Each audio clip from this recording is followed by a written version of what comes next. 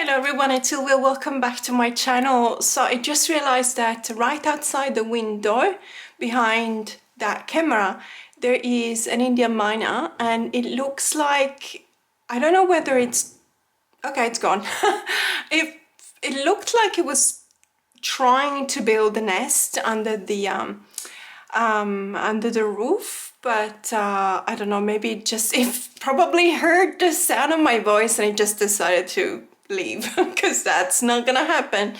In any case, welcome to today's video.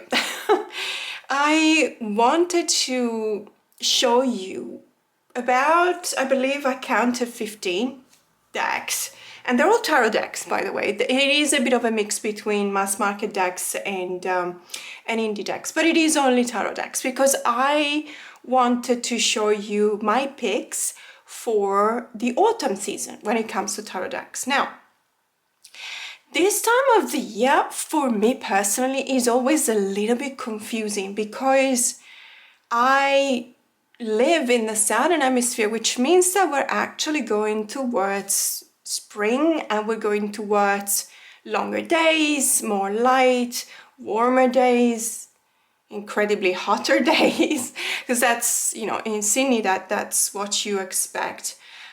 We're not there yet, but we're kind of preparing or bracing ourselves for it. At the end of September, we know that the temperature is still really nice and balmy outside, but in a couple of weeks it will start being 28, 30 degrees, and in a couple of months we'll be in the middle of our usual 35, 38 degrees during the day and 25 to 28 degrees at night. It is what it is, but that's the reason why it is confusing for me, because I have grown up in the northern hemisphere, and to me, when I think about the end of September, it is undeniable that I'm always looking forward to the autumn vibes, you know, and pumpkins, and drinking hot chocolate with whipped cream on top, and eating caloric food, and you know, catching up with your friends in a cafe and just huddling all together because it's cold.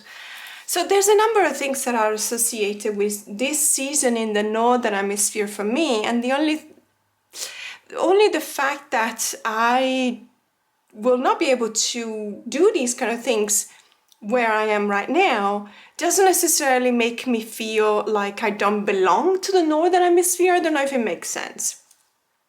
So my heart is in two places basically, and it's been like that for many, many years. And I thought at the beginning that with time I would have just adjusted to the difference of climate, but I haven't as yet.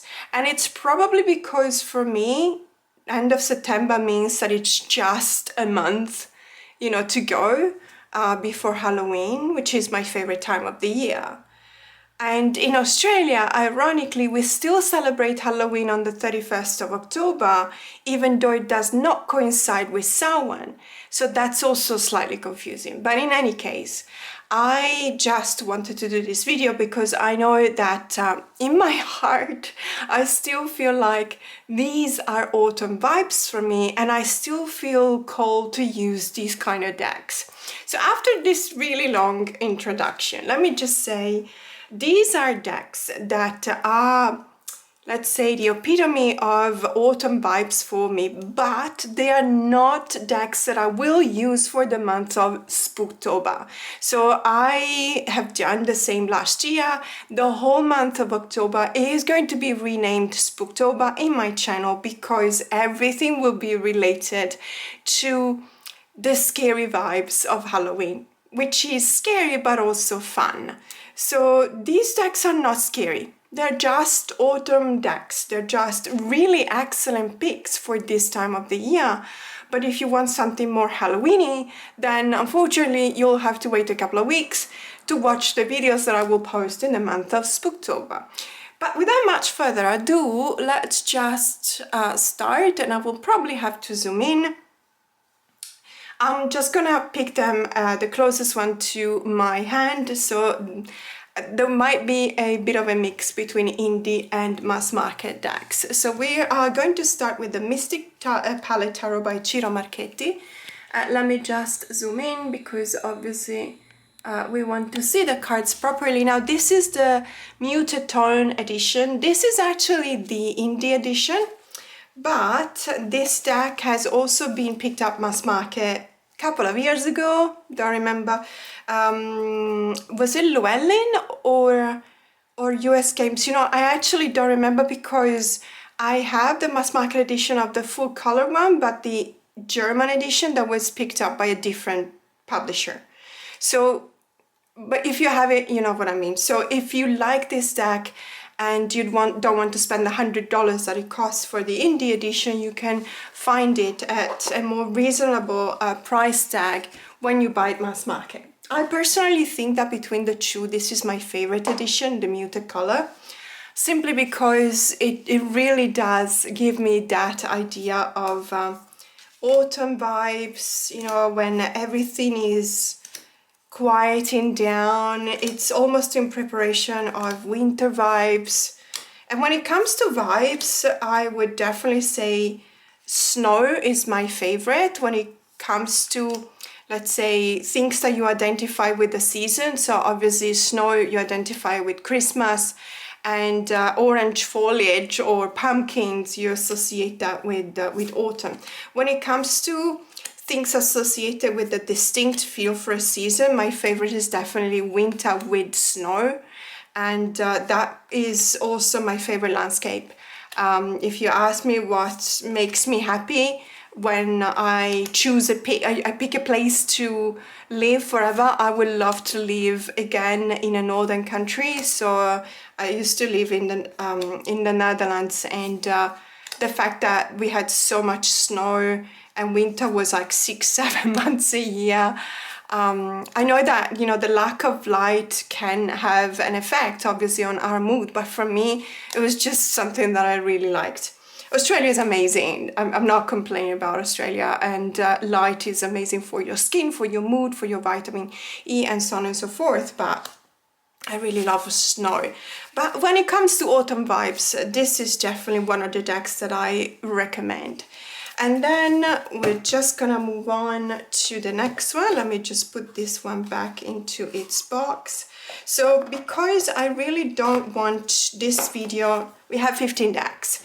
And you guys know me, I am a little bit of a chatterbox, so I don't want this video to go longer than an hour and 10 minutes, which seems to be my average anyway.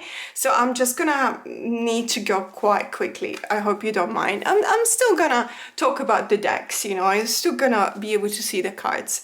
The second one, this is the Tyldwick Tarot. This is the second edition. It's not the one that has been printed for the 10 years anniversary, but it is the one just before that. It's not, okay, let me be completely honest. I didn't spend hundreds of dollars on this deck. I bought it from a dear friend in the tarot community that knew that I really wanted this deck, and she let me have it for a very reasonable price. It's not the first edition. Everyone says that the first edition is so much better. I get it, I just don't have it. This is what I've got. And honestly, I love this deck. It's beautiful, it's unique. I honestly compare it to, there's another deck which is indie, but it's you can find it in Make Playing Cards, I believe, and it's called the Tarot of Architectural Objects. And it pairs up really nicely with the Oracle of Doors by Rockbull. So if you have that combo, really beautiful. But it just reminds me of the Tarot of Architectural Objects, because as you can see here, this is basically you, the reader, entering a mansion, and this mansion is revealing to you all sorts of secrets, and if you pay attention you will actually understand why these secrets are associated with the cards that they represent. As I always say whenever I show this deck, I was very lucky to be in touch with a tarot scholar, and she wrote a dissertation on this deck, which functions as a guide to this deck, and I still have the PDF. Now, when I say I was in touch with her, I wasn't in touch directly with her. I was in touch with a person that was her closest friend. So I don't actually know her name. Otherwise, of course, I would say. And unfortunately, on the PDF file, it's not signed. It doesn't say written by such and such. So if that's you, if you have been writing a dissertation on this deck, on the Tyldwick, please let yourself be known, because you have the thank you and the gratitude of a lot of people that didn't necessarily know how to approach this deck, and now they can, thanks to your dissertation. I highly recommend it. I still have it in PDF, so reach out to me via email if you want it. This deck is absolutely fantastic, and I really recommend it for this autumn season that we are going to feel surrounded by those vibes. And then another one that is kind of a given, it's the Orc Ash and Thorn by Stephanie Burrows and Adam Ehlers. Apologies if I'm not pronouncing it correctly. This is, let's say, one of the 3 or 4 decks that I believe this duo have produced in the last 5 years or so. There's also an Oracle deck. There's also a Smoke, Ash and Ember tarot. This one is my favorite though. It's the original. It's my favorite. It's I don't know, it's got those kind of vibes that were kind of a novelty when it was released, and I still like the other ones as well, don't get me wrong, but it's just this one is really close to my heart because it was the very first time in which I was looking at a tarot deck with such an amazing art style, because it's undoubtedly a work of art. I mean, it's really amazing. It is an animal deck, and by the way, if you're one of my members, I believe one of you posted a question in one of my latest posts, because we are going to study animal energies when, let's say, depicted in tarot decks. So I'm going to base myself on the Orion's Animal Tarot by Ambi Sun, but if you have another deck, I know that some of you are going to use the Westwood Tarot, some of you are going to use the Anima Mundi, some of you are going to use the Wild Unknown. It's every tarot is fine, just as long as it's 99% at least animal based, and so this one is also okay. I just didn't want to start with this one because, generally speaking, I would rather my members not having to buy an indie deck, because I don't want them to spend money if they don't want to. Of course, if they want to, they're more than welcome to. But this is going to be an excellent example of an animal deck that we can study together, because of course there will be a fox in any animal deck. Even if it's an oracle deck, you will see a fox, and of course there will be a crow, and of course there will be a hare or a rabbit, and of course there will be a fish, and so on and so forth, and the squirrel, and you name it, because these are very symbolic animals. And when we think about the energy that they represent, it's always very powerful, and I believe that no matter what your intention is when studying a deck, learning the let's say learning to associate keywords and energies to a specific animal can actually help you have a more balanced life. That's my belief, because we are surrounded by animals, and it's very important also to understand that we need them in our lives. I used to have 2 cats. One of them unfortunately passed away, my Missy, but we still have Chicho, the male cat. It's a tuxedo cat, and he sleeps with me now, and it is a magical cat. So let me explain what I mean by magical cat.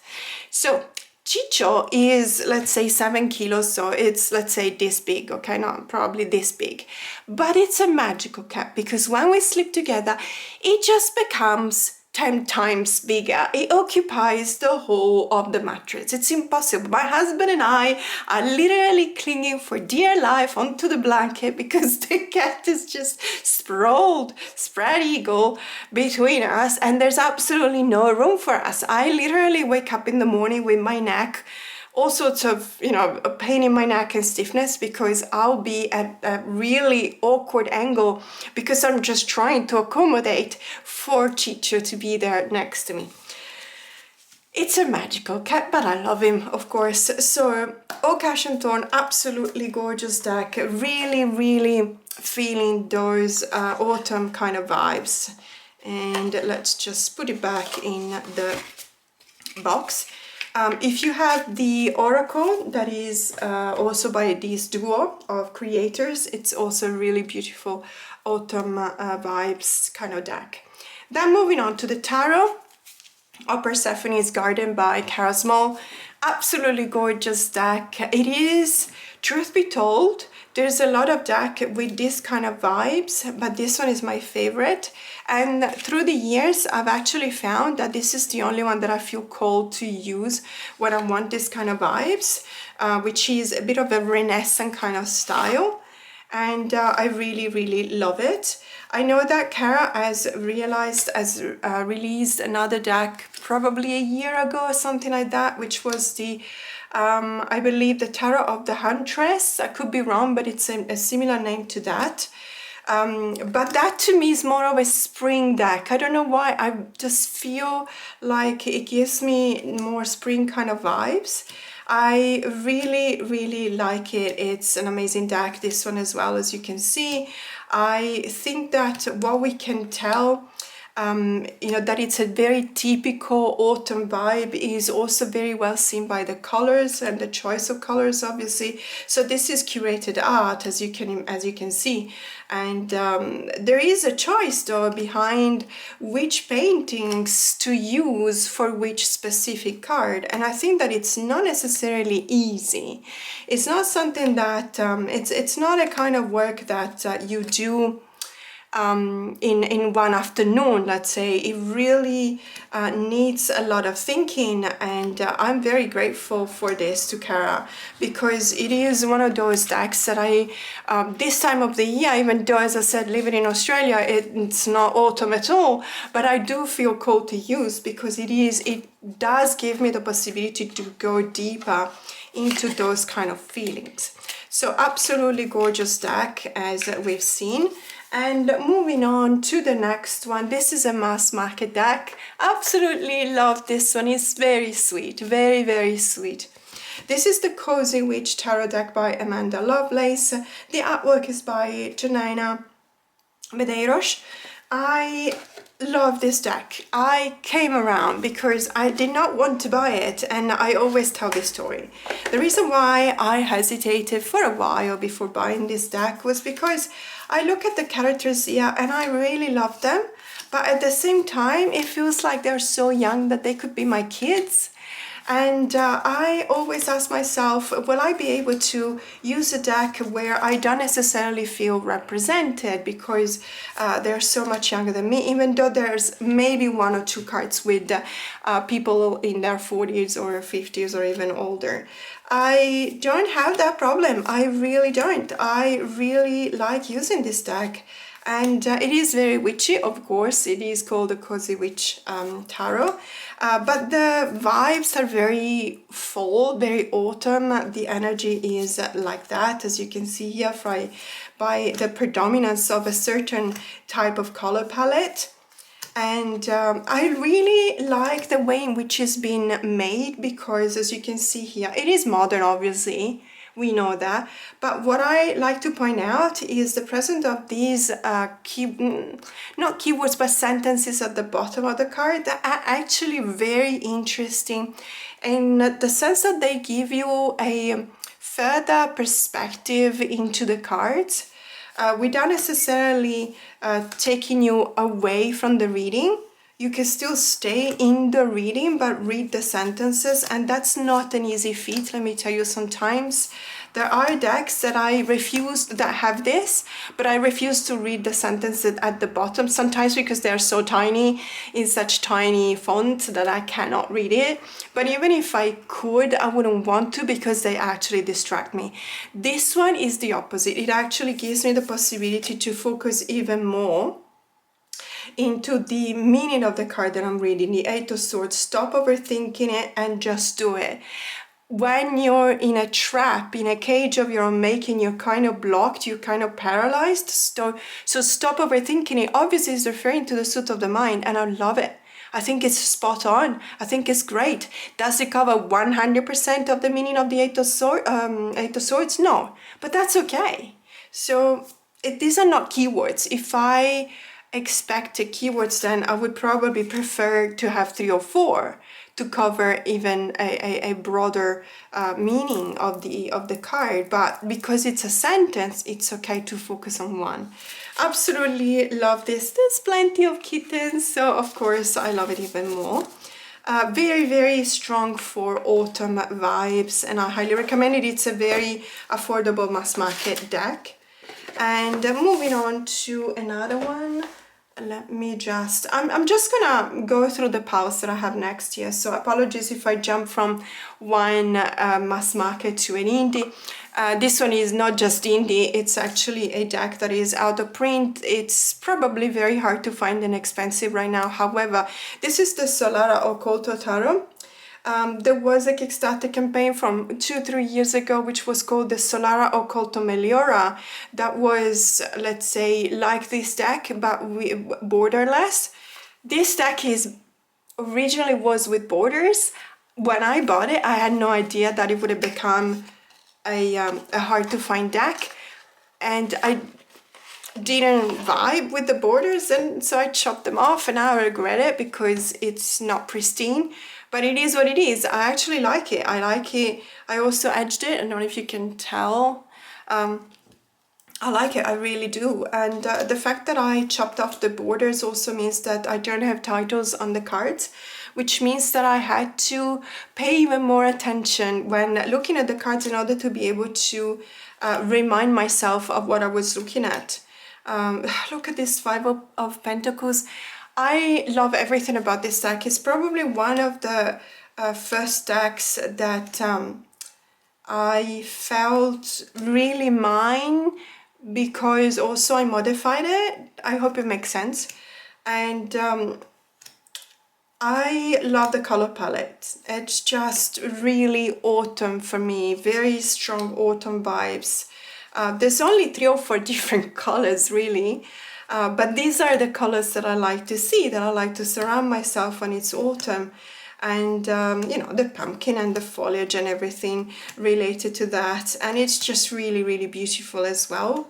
The art style is at times a bit whimsical, but I like that too. And I do associate that with the same vibes for autumn.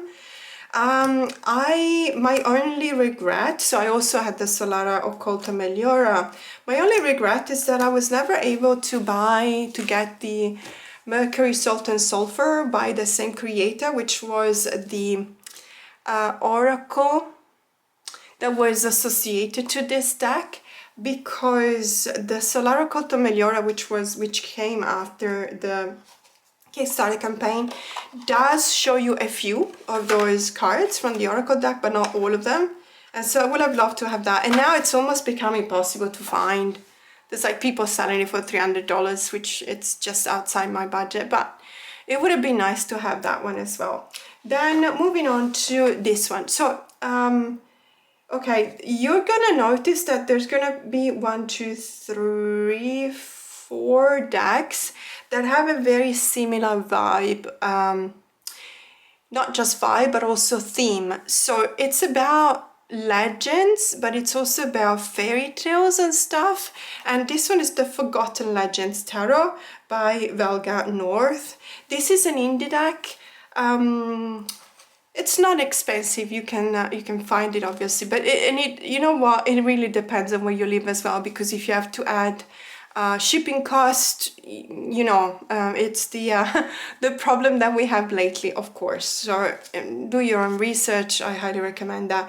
What I wanted to say is that legends, myths, legends, fairy tales, they sound like autumn things for me. I don't know why. It's probably because during the summer you don't necessarily have time to think about you know, legends and myths and stuff like that, because it's summer, you go outside, you spend your time outdoors. But when it comes to autumn, it's like, okay, no, let's just go back inside, you know, and maybe we all sit around the fire, and maybe we all drink something hot to warm ourselves up, and that is something that I really love and I associate with autumn vibes. So this is one of those decks, and I'm gonna do this. I'm just gonna show you this one, and then I'm gonna move on to the other 2 or 3 that I've got that I believe are still centered around the theme of fairy tales. Obviously, there's a lot to talk about these cards. These are really beautiful. I actually really like the art style. I believe that there is a PDF file that you can download. This deck didn't come with an actual guidebook, let's put it this way. And because it's not always easy to understand which ones of these cards are referring to which story, to which myth and legend. And it's always better to just make sure and read the guidebook. But I really, really like it, and it's a very nice deck to use this time of the year. Very conducive of that spirit of sharing a story together and having a good time. Everyone, you know, sit tightly around the fire and just try and warm up. So the Forgotten Legends Tarot, and so because I said that I was going to do that, and the next one is going to be similar in theme, and this is the Tarot of the Cat People. This is a mass market deck. Now, the original version of this deck came with the really big companion book. This is by US Games. I don't think that the version of this deck with the larger companion book is available, unfortunately. This, however, is the smaller one, is still available. I actually bought it probably 2-3 years ago, not 10 years ago, or whenever this was published. No, it's more than 10 years ago, sorry, it must be. So originally it says 1984. This one is an edition from 2004. I did not buy it in 2004. I bought it a few years ago, but it was still available. So I'm kind of thinking that either they still reprint, or they printed so many that they still have them in stock, or I was lucky. Yeah, sometimes I can also be lucky. No, not very often, but sometimes. So this one has an incredibly whimsical story that I absolutely love. It talks about a world that is not Mother Earth, so it's not this world, our world. It's another world where people are surrounded by cats, and cats are actually ruling the world, but there is no sense of imposing this ruling. It's not like the cats have defeated humans and now they rule upon them. It's just the way it is. And so people are seen as cat people, and not with the meaning that you will have now talking about a cat person or cat people, but simply as, okay, this is the world inhabited by cats and cat people. And this is just absolutely superb as an idea. I love the way in which, first of all, the art style is really unique and I love it. And even the backs, I mean, they're really, really cute.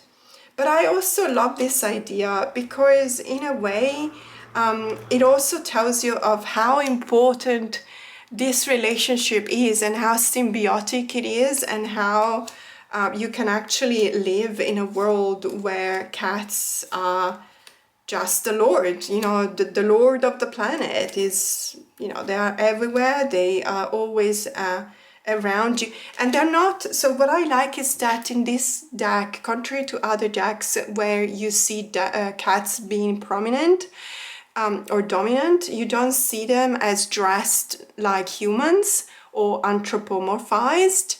I really do prefer it this way, as cats being cats and just people loving them. So it's a really cool deck.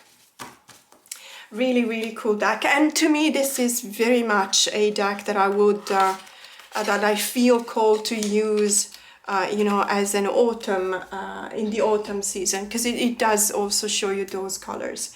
Then, still staying in that kind of theme, as in, as I was saying, fairy tale or myths and legends, the Edmond Dulac Tarot, really by Lo Scarabeo, really beautiful. This one and also the John Bauer, which is, you know what, I'm just gonna show them to you together because they are very similar. Let me just take this out. I find the art style in both these decks absolutely gorgeous. I really love it. It's just that when it comes to the John Bauer, I actually did something. This is a mass market deck, both of them mass market decks. I believe both of them also from Lo Scarabeo, yes. I actually trimmed the John Bauer and I also edged it, as you can see here. I really love it this way, but because it's curated art, it wasn't easy once it got trimmed and trimming of obviously the titles. It wasn't as easy to identify which card I was looking at, so I had to put something, you know, at the bottom here. So this one, you probably won't even notice it, but this one is the Roman number 5, which points to the Hierophant, and so on and so forth. And so I actually really love this, and I love these two together. I believe that it is easier to read it when you have something to point to what card that is. Otherwise, being a curated art, it's gorgeous, but it's not necessarily something that immediately will remind you of a card. It's fine. It's just that sometimes you have to make adjustments, and I don't mind. These two are absolutely gorgeous. They really talk to me about myths and legends and the classic representation of these stories with, you know, very typical color palette as well, very typical kind of art style, really, really beautiful. It's not the same author, of course, as I said, this is John Bauer and this is Edmund Dulac, but they do feel very similar from a point of view, and when you look at the thematics as well. Really love them, and they really give me these kind of really deliciously autumnal kind of vibes, so I highly recommend both of these ones when it comes to if you really want to dive deeper into these kind of energies, and but you still want a mass market deck without having to spend, you know, a lot of money on an indie deck. And I also believe that I might have another one. Let me just double check. No, that was actually, these four are the ones that I consider being, let's say, focusing on a very similar kind of theme. So let's say fairy tales and legends kind of theme. But then we got one of the decks that I prefer to use in autumn, because no matter what the season, I always love to go out for a walk and a workout. And this is a deck that I quite often take with me, but it feels very much so like an autumn deck, and it's the Walking Meditation Tarot by Daniel Norman. This is an amazing deck, and Daniel has done a fantastic job, because she's actually made 2 guidebooks, and I will show them to you here. So this is a deck from a couple of years ago, 3 years ago maybe, I could be wrong. And I know that now it's either right now that is still on or is just concluded. I actually don't remember. But Daniel has actually launched a Kickstarter campaign for an autumn vibe deck as well. So I did not back that one, because this is my autumn vibe deck by Daniel. It feels very much so. So you have Walking Meditation Tarot and a guidebook to Walking Meditation. So this is what I do. I, generally speaking, just pick one of these ones, and then I would just go for a walk, and I will reflect, and I would do some kind of meditations, and I would do you know, my journaling when I get back based on this guidebook, which is quite exceptional, if I may say. And when it comes to the deck itself, very beautiful. It is just really, really nice. I mean, you can tell these are actually, I believe that the starting point is photographs, and then there is obviously the transformation from the photograph into a painting.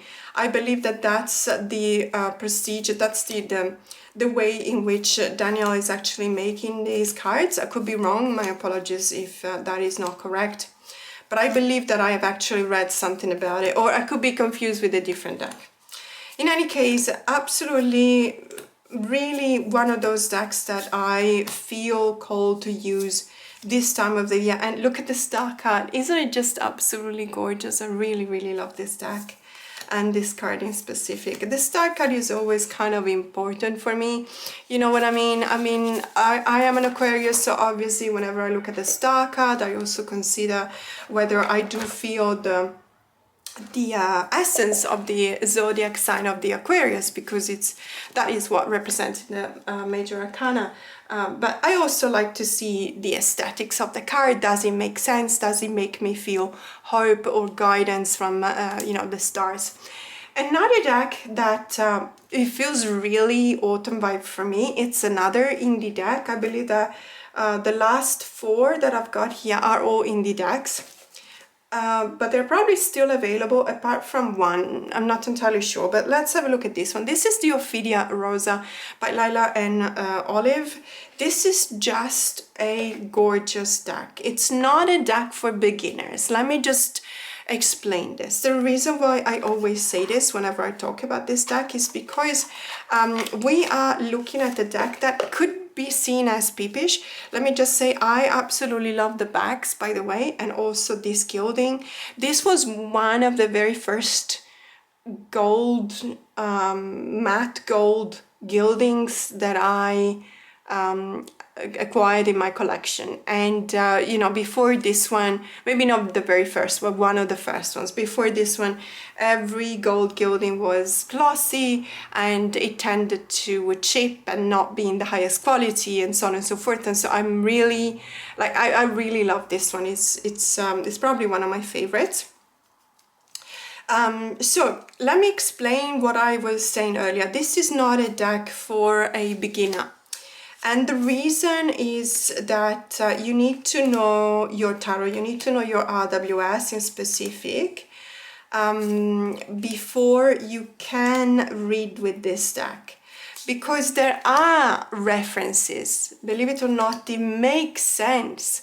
There are references, but they are all related to the botanical world, as you can see, obviously. And they're also, I don't want to say obscure, because I don't actually believe that they're obscure. Once you know them, you know them. But if you're not, let's say, if you don't feel confident already in reading a deck that is not fully scenic and is not, let's say, because this is actually kind of scenic, but it's not your typical RWS clone. So if you're not confident in reading a non-RWS clone, I would not recommend this deck. And you know what, you do you. So if you like it, get it. Of course you can get it. I will never be the person saying, oh, you can't get this deck. If you like it, go for it. It's just that be warned, be warned that it might not be the easiest deck to read with. If you're not entirely confident with your RWS, with reading. Having said that, I just absolutely love to use it this season because it does give me those kind of vibes, and it's a really beautiful deck. I used to have the whole collection by the same creator, but little by little I just remained with this one because, and the Oracle, the Pythia Botanica, because I feel that first of all they pair up nicely together, but also I feel that this one is the best one out of all of the decks that have been produced by the same creator, and I really like it. It's my favorite. And then we've got 3 left, so let's move on to the Lonely Dreamer Tarot. This is the 2nd edition by M. Waterspoon. I talked about this deck in a couple of occasions, and whenever I talk about this deck, I say that it's one of those decks that really breaks my heart, because I would love to vibe a bit more with this deck. And And I find it difficult. I'm going to be 100% honest with you, and I know that many of you absolutely love this deck. This deck, however, is absolutely safe in my collection because it's also a collectible item. It is based on the artwork by Odilon Redon. So what I'm saying here is that if there is a time of the year in which I feel called to use this deck, is the autumn season, because of the colors, most likely because of the vibes that I am allowing myself to feel when I look at these cards. And I really do believe that there is this sense of closing in, you know, keeping everything closer to yourself. There is the sense of protection that comes out of these cards for me. There's a number of reasons that I would say this is also because many of the characters represented here have their eyes closed, for example. So there's a number of reasons why I feel like I do. And it's also related, let's say, to the kind of vibes given to me by the colors chosen. Obviously, it is a curated art deck, so you know, but as I always say, you know, there's a monumental effort behind curating a deck, because you can make a deck and it just might not work. So, you know, it's still quite important to do the right thing. So moving on, we've got another 2 decks here. And this one is the Lennox Reese's Folkloric Forest Tarot. I cannot wait. I've seen Lennox, I know I follow your Instagram account, and Lennox has published a couple of posts about a deck with really watery kind of vibes, and I cannot wait for that one to, I believe, be launched on Kickstarter. This one is absolutely gorgeous, the Folkloric Forest. It is also from a Kickstarter from, I can't remember, is it last year? It could be last year. If it's not, sorry about that. This is such an amazing deck. I love everything about this. It does really evoke the classic autumn vibes for me. It is gorgeous. It is also, you know, those kind of colors, those kind of vibes, that kind of energy. It feels, I would say, if pumpkin had an essence, this will be the essence of pumpkin. I don't know if it makes sense, but this is what I feel. And this deck, on top of everything, pairs up majestically with the Spirit of the Birds Oracle. It is just absolutely a match made in heaven. And the Spirit of Birds Oracle is a mass market deck from maybe 6 months ago or something like that. Originally, I bought that deck because I'm so bad at identifying the English name of birds, and everyone is mocking me for it. Then I just got that deck and I was like, now I'm going to learn all the names, but of course I don't have time. But in any case, if you do have the Folkloric Forest Tarot, you might want to look into the Spirit of Birds Oracle, because they pair up really, really nicely together. So really gorgeous deck. And I cannot wait for the next one with the really watery kind of vibes. And last but not least, this is a deck that unfortunately is out of print. It's hard to find, and it's also one of those decks that make me a little bit weird in the sense that you guys know me. If there is, especially when it comes to indie decks, when there's 5 decks, 5 editions, let's say, of the same deck, and one edition is different, I will want a different one. It happened with the Darkness of Light. That's the reason why I always buy the Honasa House Tarot, because they're always different. It happened with this deck as well. This is the Brady Tarot, and the usual edition will be with the one with the black borders, but I knew that there was one with the white borders and I had to have it. And so that's what I've got, and that's what I wanted to show you. Unfortunately, this one is not available anymore, unless it's going to be reprinted, because you never know, or unless it's going to be picked up mass market, because honestly, you never know.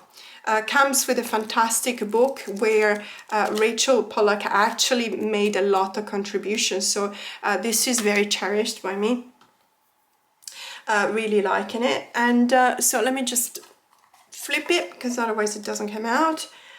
So yeah, this is the Brady Tarot, but this is a very special edition because it is the one with the white borders.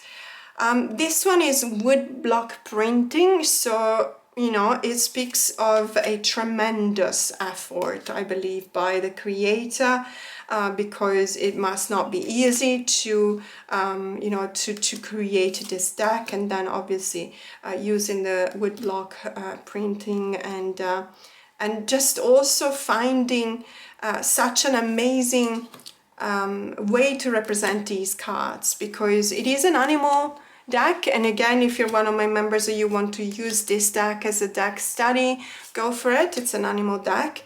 I never recommend an indie deck for the reasons that I was talking about earlier, because I really don't want my members to feel like they have to spend money on something. I don't know if I'm hallucinating or did I dream about it, but there was actually a Kickstarter campaign with this deck, another edition, but it was still with black borders.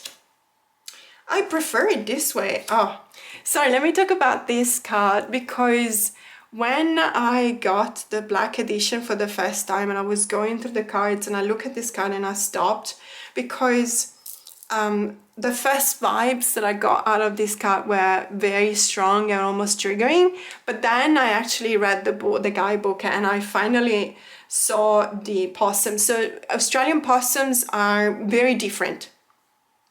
They're halfway between a possum and a squirrel, I would say. If you Google it, Australian possums are very different from American possums.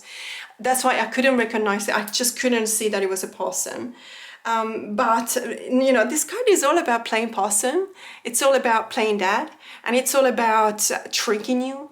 And so I actually love this card now so much, because I completely understand where it's coming from. And I really understand where it's going for the Ten of Arrows or the Ten of Swords. So really loving this deck and many other of these cards. I also did a giveaway with the Brady Tarot, the Black Edition, and I asked everyone who wanted to participate to tell me which one was your favorite card. And it's always really nice for me to hear your responses, because it makes me feel like I'm getting to know you a little bit better, and so I'm always grateful for that.